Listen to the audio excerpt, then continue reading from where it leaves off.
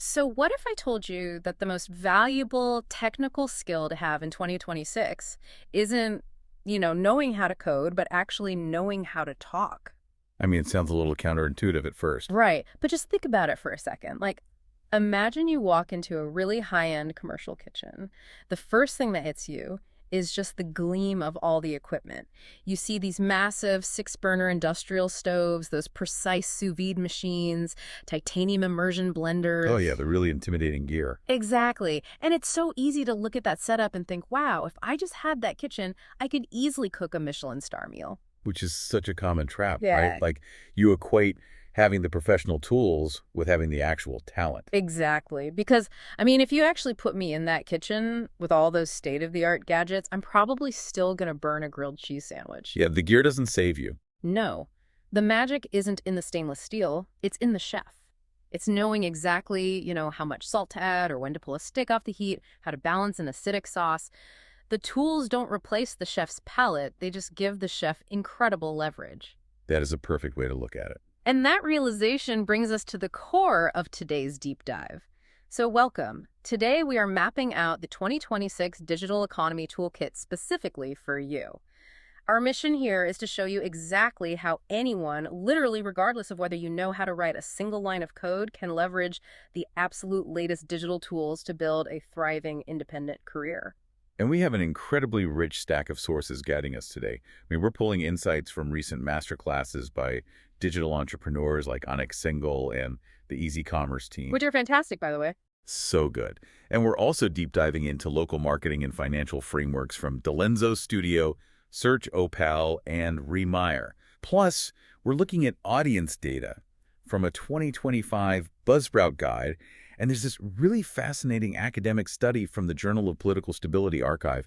So yeah, we've got a lot of ground to cover. It really is a gold mine because the rules of freelancing and just content creation in general have completely flipped over the last few years.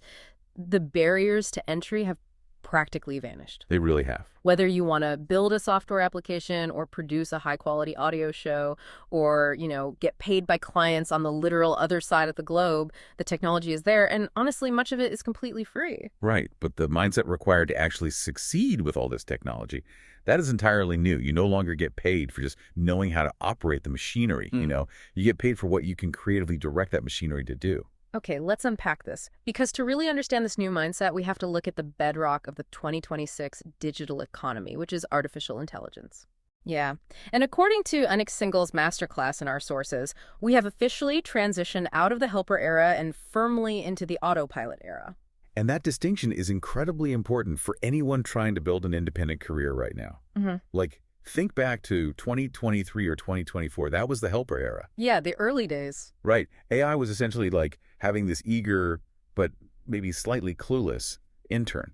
You had to babysit it through every single step. Oh, totally. You'd ask it to write an email, you'd wait for it to finish, then you'd manually copy it, open your email client, paste it, hit send, and then manually set a reminder in your own calendar to follow up. Hmm. It just required constant human handholding. Right. It was helpful, but it didn't really take the task completely off your plate.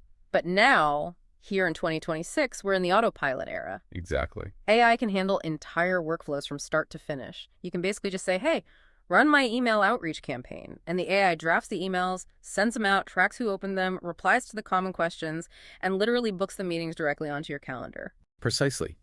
And because of this, the fundamental division of labor between humans and computers has completely changed. Our sources describe this new framework where AI handles the middle layer of work. The middle layer. Yeah, the middle layer is the heavy, repetitive lifting. It's the data entry, the rough first drafts, the basic coding, the volume creation. Which leaves the top and bottom layers of the work entirely to the human. Right. The top layer is the big picture strategy, taking a massive ambiguous problem and breaking it down into a logical plan. And then the bottom layer is the quality control, the final polish, and the actual human-to-human client communication. Exactly. And the sources organize the skills needed for those human layers into what they call the EPOC framework. That's EPOC. Empathy, presence, opinion, and creativity. I love that acronym. It works so well because these are the inherently human elements. Like, an algorithm can process millions of data points in a second, but it doesn't have an opinion. It doesn't have empathy for a frustrated client. It's kind of like making a sandwich, right? The modern freelancer's skill set is literally a sandwich. The AI is the heavy, repetitive filling right in the middle, but the human provides the artisanal bread holding it all together. The big picture strategy on top and the final polish on the bottom. That is a great analogy. But okay, I have to push back here for a second. Sure. If the machinery is that easy to use, and if AI can do all that heavy lifting, like writing a blog post in 30 seconds or designing a logo in 10, businesses just use the AI themselves? Like, why would a company hire a freelancer at all? It's a great question, and honestly, it's the number one fear people have right now. But the answer comes down to a concept our sources refer to as taste. Taste, like the chef. Exactly like the chef. You see, AI is fantastic at generating volume. It can give a business owner 50 different variations of a Facebook ad in about a minute. But the AI lacks contextual human taste. It doesn't know that the client-specific local audience, culturally, hates the color red, or that a certain aggressive tone of voice completely alienated their buyers last year. Only a human with taste, someone with deep, nuanced industry knowledge and empathy, knows which one of those 50 variations will actually convert. Ah, I see. So businesses are absolutely drowning in options and content. They don't want to hire someone to just give them more content. They want to hire someone to give them actual results. Exactly. You don't sell a business owner a guarantee of 30 social media posts a month anymore. I mean, they can get that from AI for free. You sell them the guarantee of 5 new customers this month. You use the AI to generate the materials quickly, but you use your human taste to curate, refine, and strategically deploy them. Okay, here's where it gets really interesting, because the way people are applying this taste in the real world doesn't require a computer science degree anymore. Not at all. Yeah, according to our sources at SearchOpal and Easy Commerce, you can build incredibly complex, high-earning services using tools that are 90% free and require zero coding. And what's fascinating here is how quickly the misconception that AI is only for programmers has just completely died out. The new wave of high-earning freelancers are essentially digital architects. They just snap together these pre-built AI tools to solve very specific niche problems. Let's actually look at how these tools work, because it's kind of mind-blowing. First, the sources talk about GPT wrappers. Now, I used to think this sounded so technical, but it's conceptually very simple. It really is. It's basically when you take a standard AI model like ChatGPT or Claude and you wrap it in your own hyper-specific interface, like putting a customized, user-friendly dashboard over the raw engine of an AI. Right. The user doesn't see all the complex behind-the-scenes prompting. They just see a simple tool that solves their exact problem. And our sources give this incredible example. This 18-year-old built an app that estimates calories just from a photo of your food. You just snap a picture of your lunch and it tells you the macros. Which is wild. It hit 8 million downloads, and it's projected to make $30 million. But here's the secret. He didn't invent the visual recognition AI. He just built a wrapper around existing AI technology to serve the specific niche of fitness tracking. Exactly. The value wasn't in coding the underlying intelligence. The value was in the specific application. And then you have this other concept called vibe coding, which is just completely disrupting software development. Vibe coding, I love the name. Right. Using platforms like Cursor or Lovable, you can build entire websites, mobile apps, or SaaS products simply by typing plain English prompts.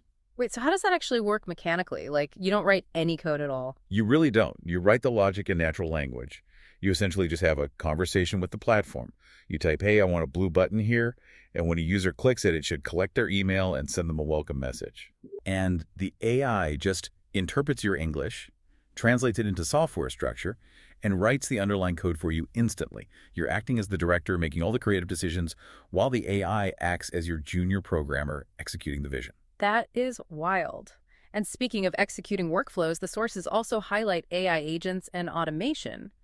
Using no-code platforms like N8N or local solutions like the Wattbot, you can automate entire business processes. Look, it's huge for scaling. Yeah, and again, the mechanism here is so visual. You don't write API scripts. You literally drag a box on your screen that says Shopify order, and you draw a visual line to another box that says WhatsApp message. It's like a flowchart. Exactly. So when a customer buys something, the AI agent automatically messages them on WhatsApp to confirm the order, and then naturally answers any questions they have about shipping 24/7. It's like drawing on a whiteboard, but it creates a real functioning software bridge. And we can't ignore media creation either.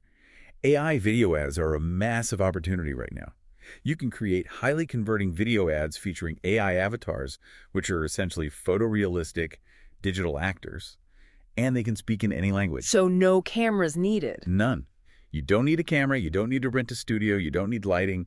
And with Voice AI, using platforms like ElevenLabs, creators are legally cloning voices to produce entire audiobooks or real-time translations. Oh. ElevenLabs alone has paid out over $5 million to voice creators who just license their vocal likeness. The leverage there is just incredible. But this brings up a really logical problem, I think. Okay, so you have these amazing AI skills. You can build visual automations, you can generate avatar video ads, you can create wrappers. Right. But if anyone can theoretically do this, how do you actually convince a high-paying client to trust you? How do you build authority in your specific niche so they know you have that crucial taste we talked about? It's the million-dollar question. Right.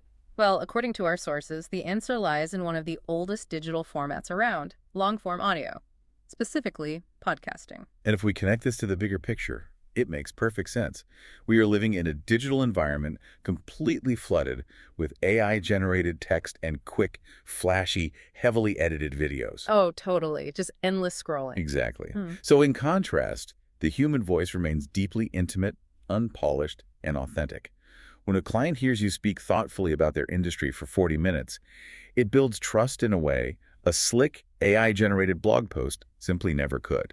I hear that, but I have to ask.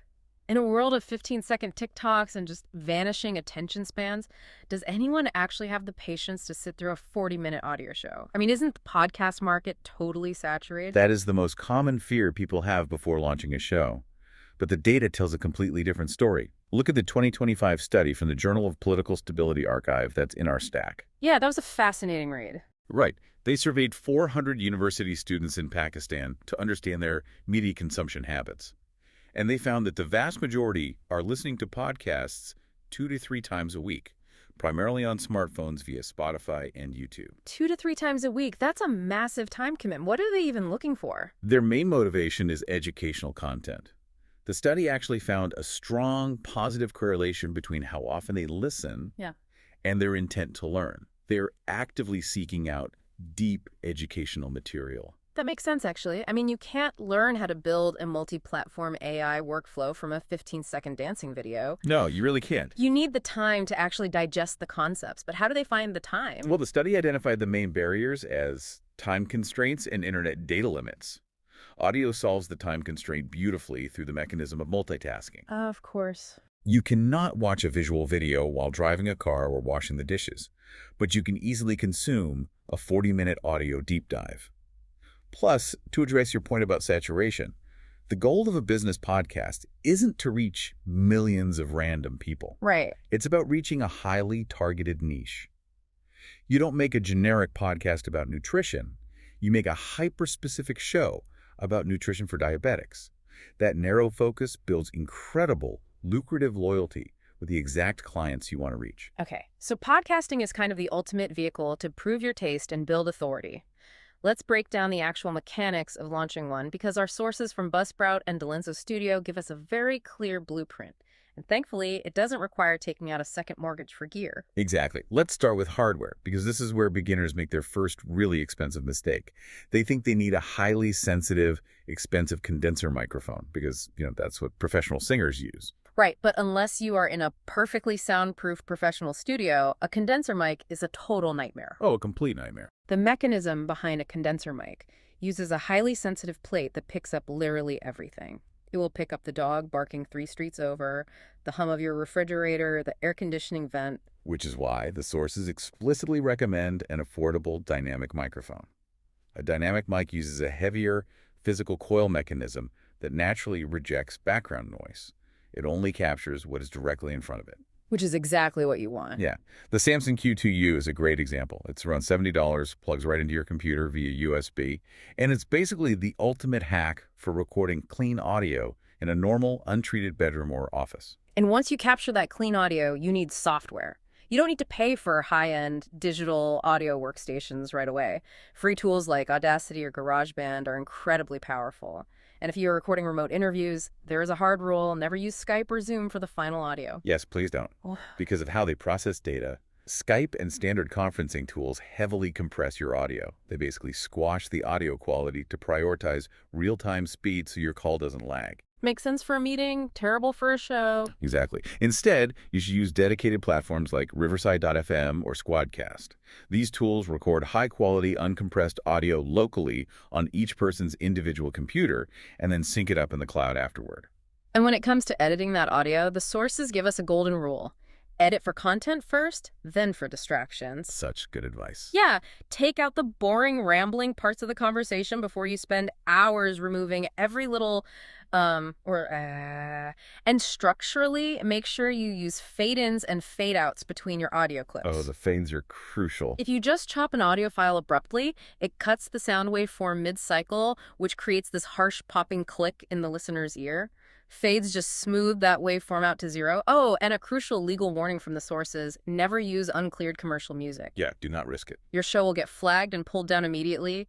Use royalty-free libraries like Storyblocks instead. We also have to consider the visual branding. Your cover art is your first impression, and Apple Podcasts kind of sets the industry standard here. The technical requirement is a 3,000 by 3,000 pixel square. Which seems massive. Why so large? Because it needs to look crisp on a 4K monitor, but it also has to scale down cleanly to a tiny thumbnail on a smartphone screen. Strategically, you should use fewer than 4 words on the cover so it remains readable when it's shrunk down.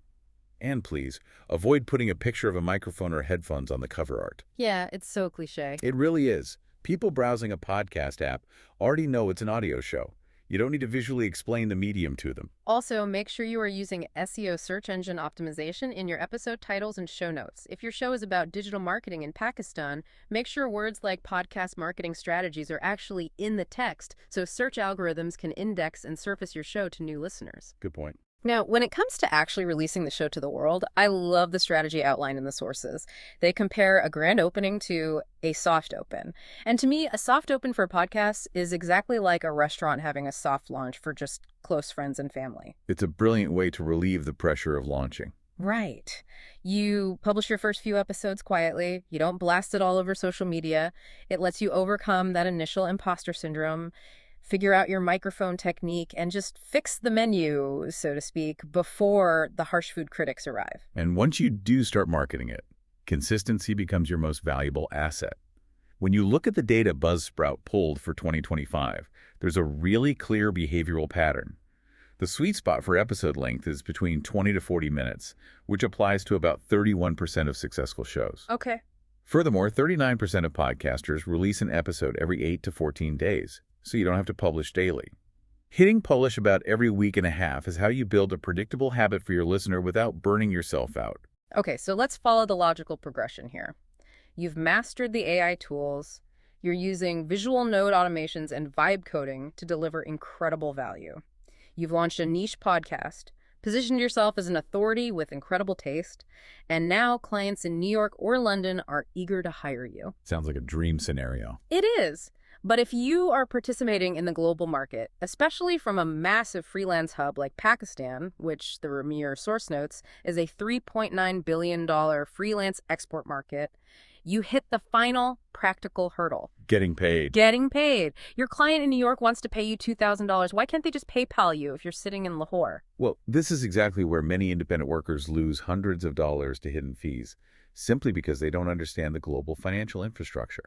To answer your question about PayPal, it is ubiquitous in the US and Europe, but it simply does not operate in Pakistan due to specific regulatory frameworks and compliance requirements set by the State Bank of Pakistan. The landscape is just heavily regulated. So what does this all mean? Like, why is this financial landscape so fractured? And literally, what are the actual alternatives to get that $2,000 into your local bank account? This raises an important question about how modern independent workers need to view themselves. But let's look at the actual frameworks the sources provide first, because you have to choose your gateway based on your specific client type. All right. First is Payoneer. This is currently the industry standard for platform workers. About 65% of Pakistani freelancers use it because it integrates seamlessly with huge marketplaces like Upwork and Fiverr. Yeah, it's everywhere. It's highly reliable, but it comes with significant costs. Usually a 2% flat withdrawal fee, plus an invisible markup on the currency exchange rate that can be up to another 2%. That adds up fast, especially on bigger projects. Then you have emerging platforms mentioned in the sources, like Elevate Pay, which are aiming specifically to solve this problem for the region. They boast much lower fees, around 1 to 1.5% for withdrawals, and offer fast, direct transfers to local banks. Yeah, but because it's newer, it has fewer direct integrations with those big freelance marketplaces. Fair point. Now, if you have direct, established clients in the US or Europe, meaning you aren't going through the Changeway, Upwork-Wise is often the best option. Wise is unique because it offers the real mid-market exchange rate. Can you explain what that mid-market rate actually means for the freelancer? Sure, the mid-market rate is the actual wholesale exchange rate that big banks use when they trade money with each other. Okay. Normally, when a consumer uses a standard bank or PayPal to convert dollars to rupees, the bank uses a much worse retail exchange rate and they just pocket the difference. It's basically an invisible tax. Yeah. Wise gives you the wholesale rate, meaning you lose the least amount of money in the currency conversion. What about traditional bank wire transfers, or even crypto? Traditional bank wires are generally just too expensive for everyday transactions. Yeah. The sources note they carry a 5 to 8% total cost. Oh. Yeah. The mechanism there is that a wire often has to bounce through multiple intermediary banks across the globe, and each bank takes a cut of the money as a fee. Wires are really only recommended for large projects over $5,000, where those flat fees become a negligible percentage. And crypto? As for crypto, using stablecoins like USDT or USDC is incredibly fast and has very low transfer fees, but it comes with high volatility and significant regulatory risks depending on your local laws. So the big takeaway here is what the sources call a total cost analysis. You can't just look at the advertised fee to receive the money. You have to add up the receiving fee plus the withdrawal fee to your local bank, plus that invisible markup on the exchange rate. Exactly. And returning to that question of what this all means, you aren't just a creator or a coder anymore. You are an international micro business. Right. You have to navigate tax reporting, like the FBR in Pakistan, and you have to run your operations efficiently. Picking the right combination of payment platforms isn't just an administrative chore. The sources actually note that optimizing this stack can literally save you 30 to 40% in transaction costs over the year.